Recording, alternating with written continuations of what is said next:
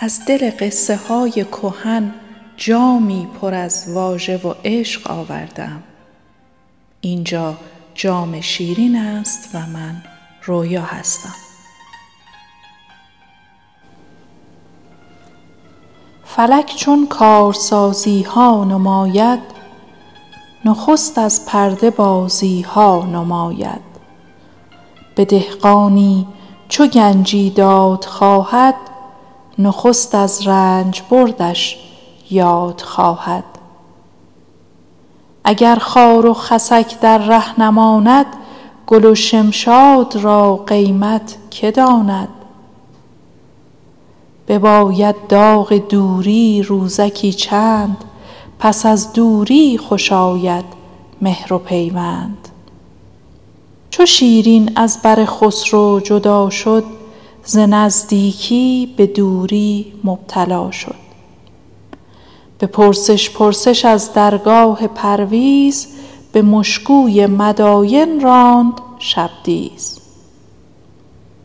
به آیین عروسی شوی جسته، وز آیین عروسی روی شسته.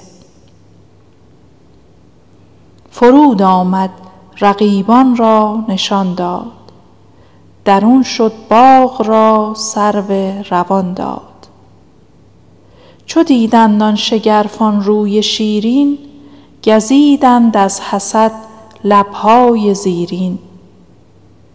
به رسم خسروی بنواختندش، ز خسرو هیچ وا نشناختندش. همی گفتند خسرو با نکویی، به آتش خواستن رفته است گویی. بیاورد آتشی چون صبح دلکش، وز آن آتش به دلها در زد آتش. پس آنگه حال او دیدن گرفتند، نشانش باز پرسیدن گرفتند.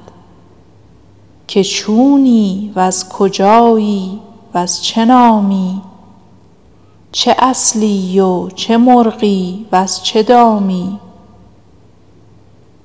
پری رخ زان بتان پرهیز می کرد، دروغی چند را سرتیز می کرد. که شرح حال من لختی دراز است، به حاضر گشتن خسرو نیاز است. چو خسرو در شبستان آید از راه، شما را خود کند زین قصه آگاه. ولیک این اسب را دارید بی رنج، که هست این اسب را قیمت بسی گنج. چو برگفت این سخن مهمان طناز، نشاندند آن کنیزانش به صد ناز.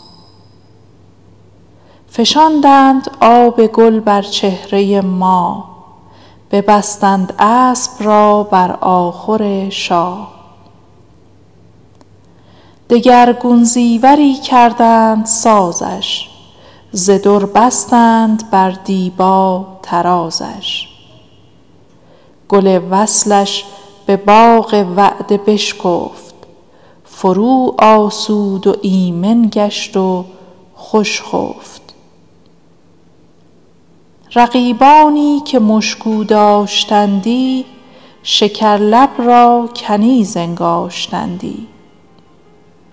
شکرلب با کنیزان نیز می ساخت، کنیزانه بدیشان نرد می باخت.